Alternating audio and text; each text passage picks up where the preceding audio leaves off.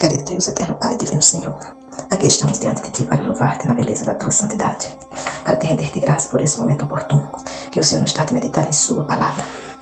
Neste momento estaremos lendo o Salmo 139, que descreve um pouco sobre a onipresença e a onipotência de Deus. É um salmo de Davi. Ele é composto de 24 versículos, e o seu conteúdo nos diz: Senhor, Tu me sondas e me conheces. Tu conheces o meu assentar e o meu levantar. De longe entendes o meu pensamento. Cercas o meu andar e o meu deitar, e conheces todos os meus caminhos. Sem que haja uma palavra na minha língua, eis que ó Senhor, tudo conheces. Tu me cercaste em volta e puseste sobre mim a tua mão. Tal ciência é para mim maravilhosíssima, tão alta que não a posso atingir. Para onde me irei do teu espírito, ou para onde fugirei da tua face? Se subir ao céu, tu aí estás. Se fizer no soé a minha cama, eis que tu ali estás também. Se tomar as asas da alva, se habitar nas extremidades do mar, até ali a tua mão me guiará, e a tua destra me susterá. Se disser, de certo que as trevas me encobrirão, então a noite será luz, nem ainda as trevas me escondem de ti, mas a noite resplandece como o dia. As trevas e a luz são para ti a mesma coisa. Pois possuístes os meus rins, entretecesse-me no ventre de minha mãe. Eu te louvarei, porque de um modo terrível e tão maravilhoso fui formado. Maravilhosas são as tuas obras, e a minha alma o sabe muito bem. Os meus ossos não te foram encobertos, quando no oculto fui formado e entretecido como nas profundezas da terra.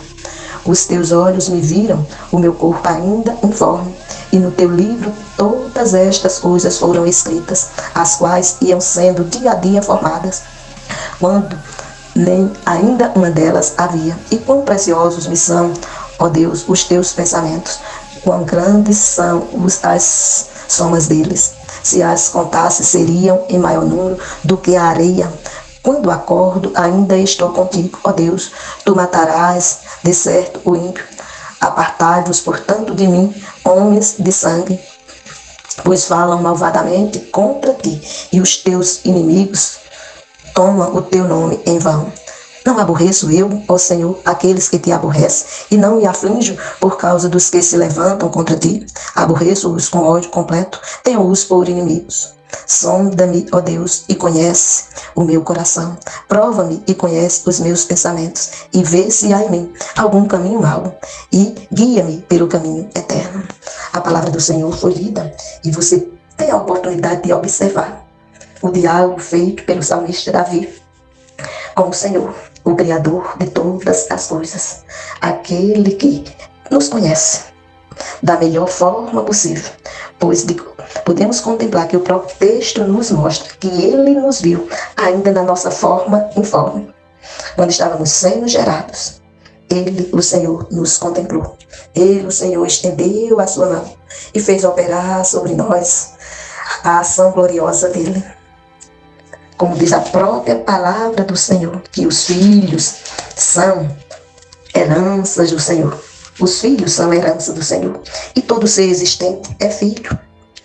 Se você hoje é pai, ou se você hoje é mãe, mas você antes de ser pai ou mãe, você é filho. Você é fruto da ação gloriosa de Deus.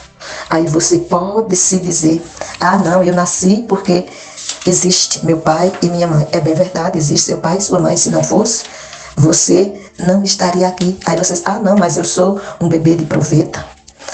Ah, eu sou fruto de uma inseminação. Para isto acontecer, foi preciso o recolhimento dos elementos que te dão origem. Aí e esses elementos, você teria que perguntar: de quem vieram? De quem são? E aí você vai contemplar que eles vieram de alguém, de um ser. E diante desse contexto, você pode observar que parece um adágio popular quando as pessoas olham para você e lhe faz a comparação, dizendo que você parece com seu pai ou com sua mãe.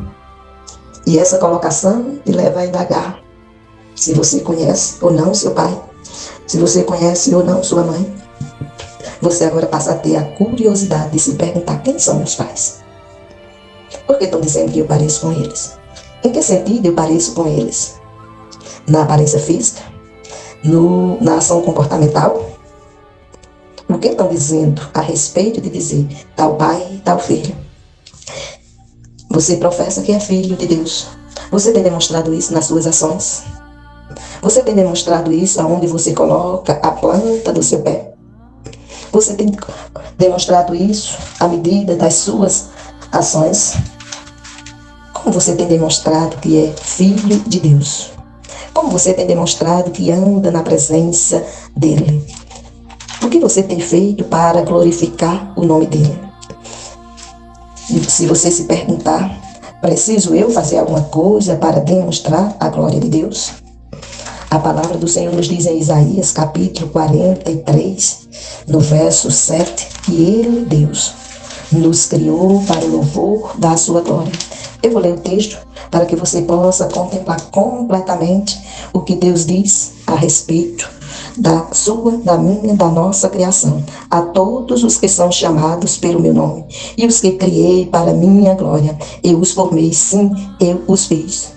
Se você declara que é filho de Deus, você está declarando que foi feito para a glória dele. E verdadeiramente, foi para a glória de Deus que o ser humano foi criado. Você é coroa da criação. É a seu respeito que Deus vai dizer que foi muito bom ter feito o homem. E onde você contempla isto?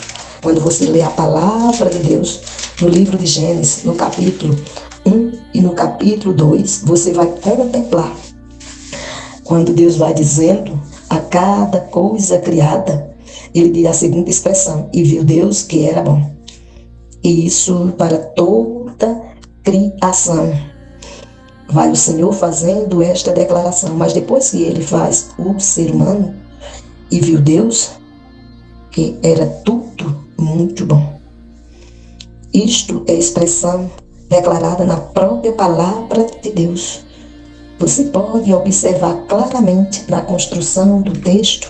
E se você disser a você mesmo, mas eu não creio nisso. Eu creio em outras designações que a própria ciência apresenta a respeito da criação de todas as coisas. Você vai contemplar, lendo todo o capítulo 1 de Gênesis, por exemplo, que todas as coisas que ele vai chamando à existência. Aí se você disser, o que chamando à existência? Aí você vai contemplar que o texto nos diz assim: no princípio criou Deus os céus e a terra era sem forma e vazia, e havia trevas sobre a face do abismo, e o Espírito de Deus se movia sobre a face das águas. E disse Deus: haja luz, e houve luz. E viu Deus que era boa a luz, e fez Deus separação entre a luz e as trevas. E Deus chamou a luz dia, e as trevas chamou noite, e foi a tarde e a manhã o dia primeiro. E disse Deus: haja expansão no meio das águas, e haja separação entre águas e águas. E fez Deus a expansão, e fez separação entre as águas que estavam abaixo da expansão e as águas que estavam sobre a expansão. E assim foi. E chamou Deus a expansão céus, e foi a tarde e a manhã o dia segundo. E disse Deus: ajuntem-se as águas debaixo dos céus num lugar, e apareça a porção seca. E assim foi. E chamou Deus a porção seca terra, e aos ajuntamentos das águas chamou Deus mares. E viu Deus que era bom. E disse Deus: produz a terra erva verde, erva que dê semente, árvore frutífera que dê fruto segundo a sua espécie, cuja semente esteja nela sobre a terra. E assim foi. E a terra produziu erva quando dando semente conforme a sua espécie, e a árvore frutífera cuja semente está nela conforme a sua espécie. E viu Deus que era bom. E foi a tarde e a manhã o dia terceiro.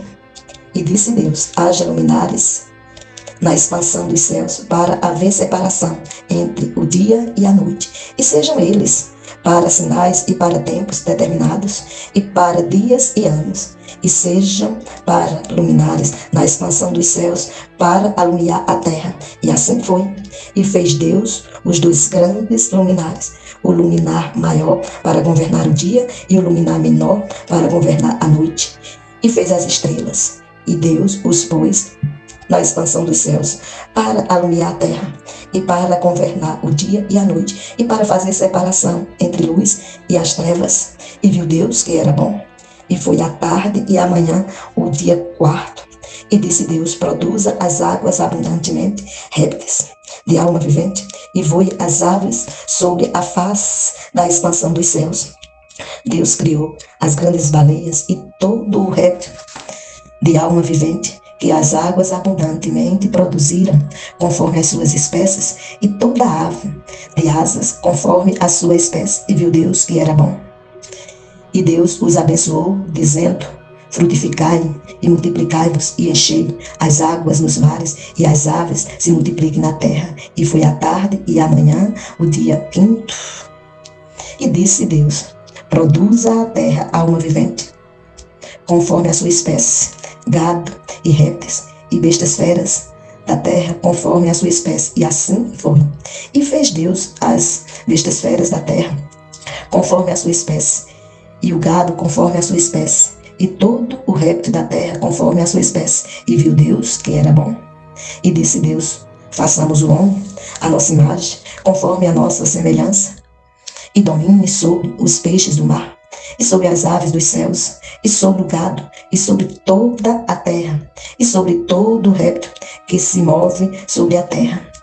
E criou Deus o homem à sua imagem. A imagem de Deus o criou, macho e fêmea os criou. E Deus os abençoou. E Deus lhes disse: frutificai e multiplicai-vos, e enchei a terra, e sujeitai-a, e dominai sobre os peixes do mar, e sobre as aves dos céus, e sobre todo o animal que se move sobre a terra. E disse Deus: eis que vos tenho dado toda a erva que dá semente, que está sobre a face de toda a terra, e toda árvore em que há fruto de árvore que dá semente, serve-vos-á para mantimento.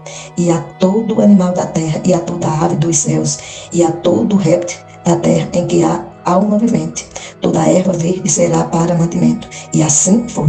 E viu Deus tudo quanto tinha feito, e eis que era muito bom. É depois de fazer o homem que Deus diz a expressão que era muito bom. E assim foi a tarde e a manhã do sexto dia. Assim os céus e a terra e todo o seu exército foram acabados. E havendo Deus acabado no dia sétimo a sua obra que tinha feito, descansou no sétimo dia de toda a sua obra que tinha feito. E abençoou Deus o dia sétimo e o santificou, porque nele descansou de toda a sua obra que Deus criara e fizera. Você e eu somos obra da criação do Senhor.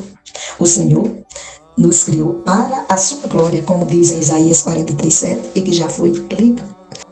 Descrevi o contexto da criação para que você possa perceber que você não foi criado por acaso, mas você foi criado para a glória de Deus, para exaltá-lo e bendizê-lo na beleza da sua santidade. O que você tem feito?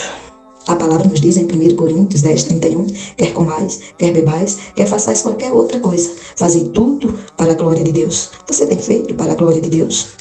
Deus espera que a tua, a minha, a nossa ação sejam ações que exalte e glorifique o nome dele em todo tempo e lugar. Porque você e eu fomos feitos para isso, para glorificar. Somos a coroa da criação. É em nossa existência que Deus contempla toda a sua criação. Você tem louvado a Ele? Como você pode até dizer: como posso louvar? É que posso louvar? Quando posso louvar? E Paulo é bem enfático e bem claro quando ele diz que são em todas as nossas ações, quer comais, quer bebais, quer façais qualquer outra coisa, fazer tudo para a glória de Deus. Se você não tem feito isso até hoje, Ele, Deus, o Criador de todas as coisas, te dá a oportunidade de você fazer isto, de você exaltar e glorificar o nome dele em suas ações, porque é através das suas, das minhas, das nossas ações que nós demonstramos diante dos demais se estamos aqui para glorificar a Deus, para bendizê-lo na beleza da sua santidade. Você precisa fazer isso, porque o fim principal do homem é glorificar a Deus, porque ele criou para a sua glória. E você vai demonstrar isso nas suas ações, de conformidade com o que ele te deu e tem te dado de conhecimento. E quando você faz isso, você é encontrado no centro da vontade de Deus. E se você se perguntar, e quando eu deixo de fazer tais ações, qual é a minha situação? É do ser que se encontra separado da vontade de Deus. Mas ele que é misericordioso, ele que dá a oportunidade de se reconciliar com ele, de voltar-se à presença dele, de ser achado diante dele, como convém a santos. Porque a própria palavra nos diz: sede santo, porque eu, o Senhor, sou santo. Sede santo em toda a vossa maneira de viver. É a ação de Deus em nosso favor, feito para a glória dele, que você pode hoje, ou a partir de hoje, exaltar e bendizer ao Senhor com todas as tuas ações, porque tudo deve ser feito para a glória de Deus. Que ele, pois, te abençoe. Você pode até estar perguntando que ligação tem entre o Salmo 139 e a leitura de Gênesis capítulo 1 e os primeiros versículos do capítulo 2 e os outros textos que a missionária citou. Tem tudo a ver com a tua existência, com a importância de você ter sido criado, com a importância de você estar aqui. Porque tudo isto descreve o fim principal do homem, que é glorificar e gozar a Deus para sempre. Que ele, pois, nos abençoe em Cristo Jesus, o Senhor.